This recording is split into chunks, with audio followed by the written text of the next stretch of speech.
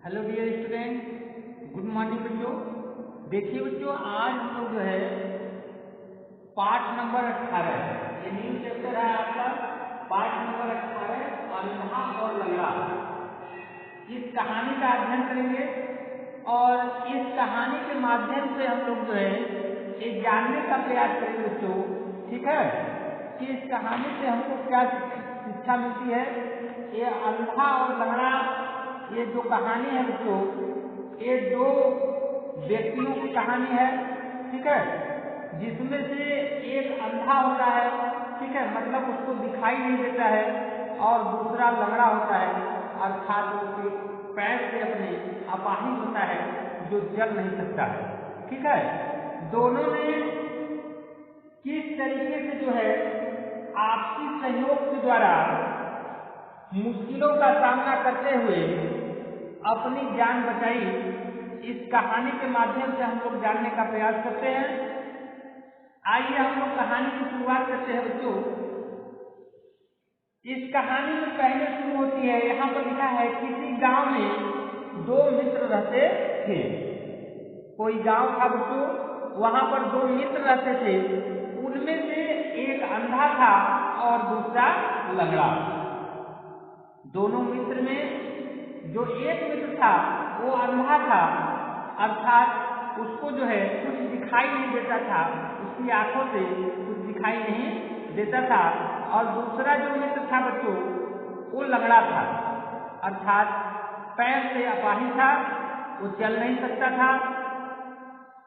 दोनों जो है दिव्यांग थे, ठीक है, एक आंख से तो एक पैर से। आगे लिखा है अंधा देख नहीं सकता था और लंगड़ा चल फिर नहीं सकता था, ठीक है। उसी गांव में एक पीपल का पेड़ था। गांव में देखते हैं बच्चों आप, बहुत सारे पेड़ होते हैं, पीपल का, बरगद का, ठीक है, विशालकाय वृक्ष।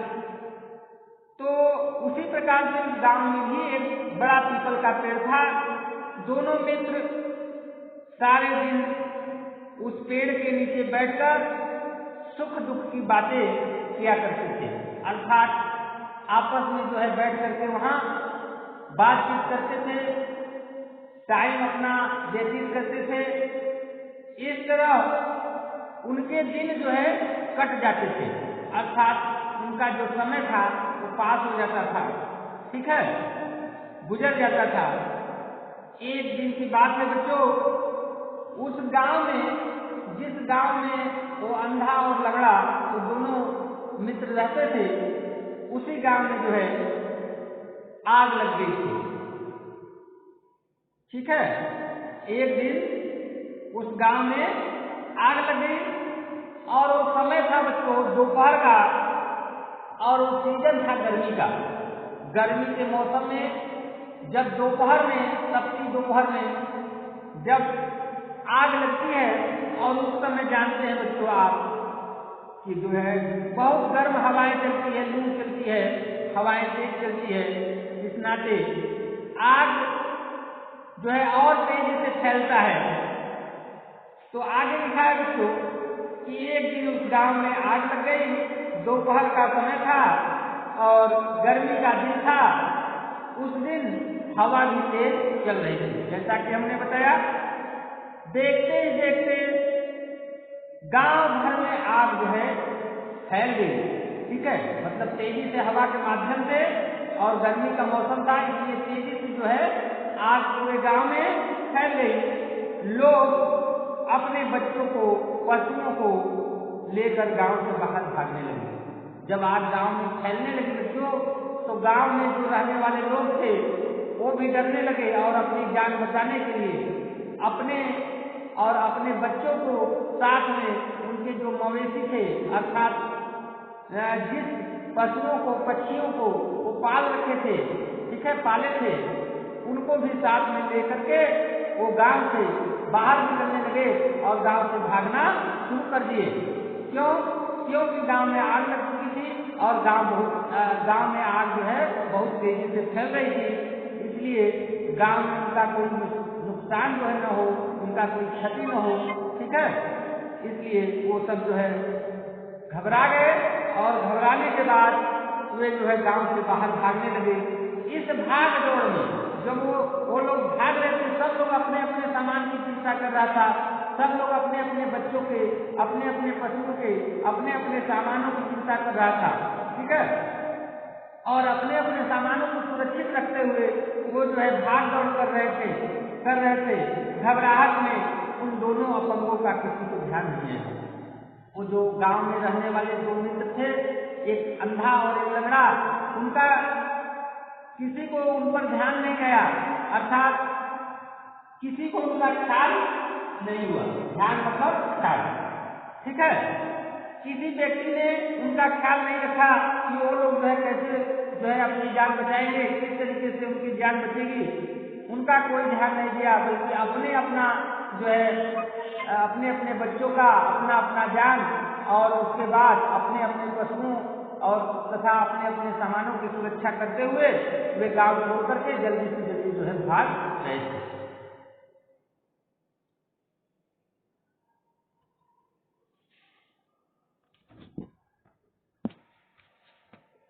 उसके बाद बच्चों इन दोनों अपंगों का किसी को ध्यान नहीं आया, किसी ने उनका ख्याल नहीं किया कि वो लोग कैसे जान बचाएंगे। तो लंगड़े ने देखा कि गांव में आग लग गई है। अंधा तो देख नहीं सकता था, इसलिए उसको पता नहीं चला कि गांव में क्या हो रहा है, क्यों लोग भाग रहे हैं। लेकिन लंगड़ा देख सकता था, इसलिए उसको पता चल गया कि गांव में आग लग गई है और लोग भाग रहे हैं, गांव छोड़ करके बाहर भागे जा रहे हैं। उसने यह बात जो है अपने मित्र जो अंधा था उसको बताया। यह बात सुनकर जो अंधा मित्र था वो घबरा गया। वो सोचा कि हम अंधे हैं और मेरा मित्र लंगड़ा है, हम लोग गांव से कैसे भाग सकते हैं। लगता है अब हम लोग जो है इसी आग में जो है मर जाएंगे। उसने लंगड़े से कहा, भाई अब हमारा क्या होगा, हमको कौन बचाएगा, सभी लोग तो अपनी अपनी चिंता कर रहे हैं, सभी लोग तो भाग रहे हैं। तो यह बात सुन करके वो लंगड़ा मित्र जो है बोलता है कि लगता है आज हमारी जान नहीं बचेगी, लगता है आज हमारी जान नहीं बचेगी, शायद भगवान को ही स्वीकार है। मतलब भगवान को यही स्वीकार है, अर्थात मंजूर है कि हम लोग की जान जो है आज चली जाएगी।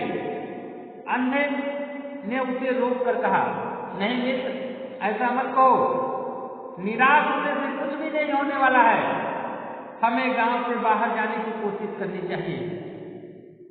मित्र, ऐसी बात नहीं है कि हमारे पास जो है आंख नहीं है और तुम्हारे पास पैर नहीं है तो हम लोग अपनी जान नहीं बचा सकते हैं, ऐसी बात नहीं है। हम लोग को थोड़ा कोशिश करनी चाहिए अपनी जान बचाने के लिए। लंगड़ा बोला, लेकिन हम बाहर कैसे जा सकते हैं। आगे लिखा है उसको, लंगड़ा कहता है कि हम लोग क्या कोशिश कर सकते हैं, हमारे पास पैर नहीं है और तुम्हारे पास आंखें नहीं है, तुम देख नहीं सकते हो, मैं चल नहीं सकता हूँ, हम लोग किस प्रकार से कोशिश कर सकते हैं, कैसे बाहर निकल सकते हैं। वही लिखा है कि मैं चल नहीं सकता और तुम देख नहीं सकते, तो किस तरीके से हम लोग जो है बाहर निकल सकते हैं।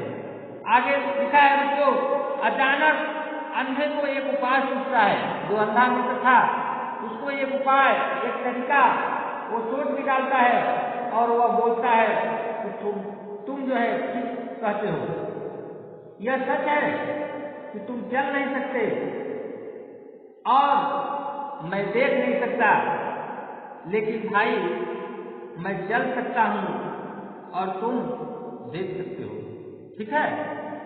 मैं अंधा हूं लेकिन मैं चल सकता हूं, मेरे पैर नहीं है, और तुम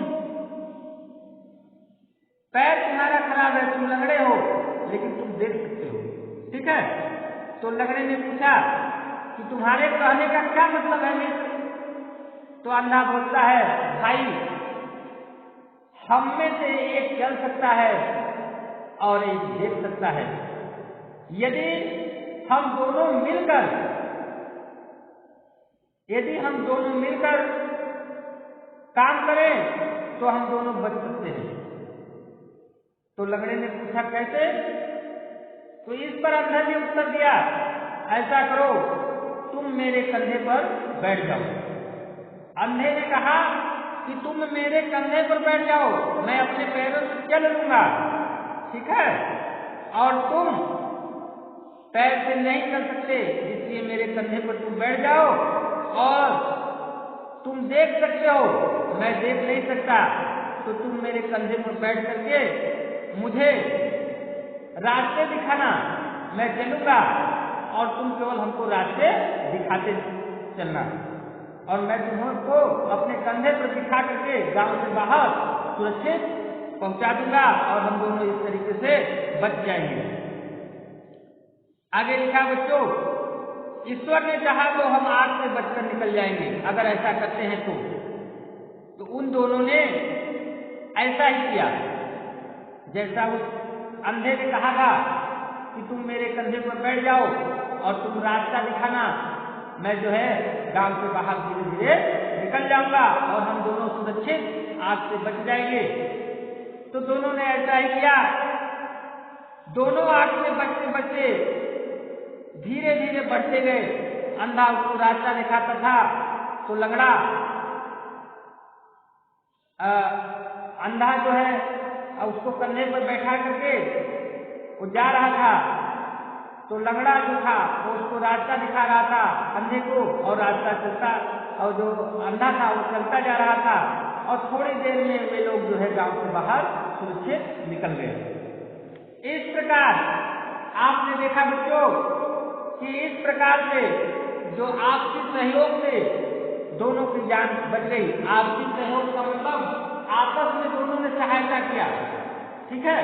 एक चल नहीं सकता था तो दूसरा ने उसको कंधे पर बैठा करके बाहर किया, ठीक है, चलना शुरू किया, और दूसरा देख नहीं सकता था तो उसका मित्र जो देखने वाला था, केवल लंगड़ा था पैर से, वो देख करके उसको रास्ता बताया और दोनों ने एक दूसरे का सहयोग किया, सहायता किया।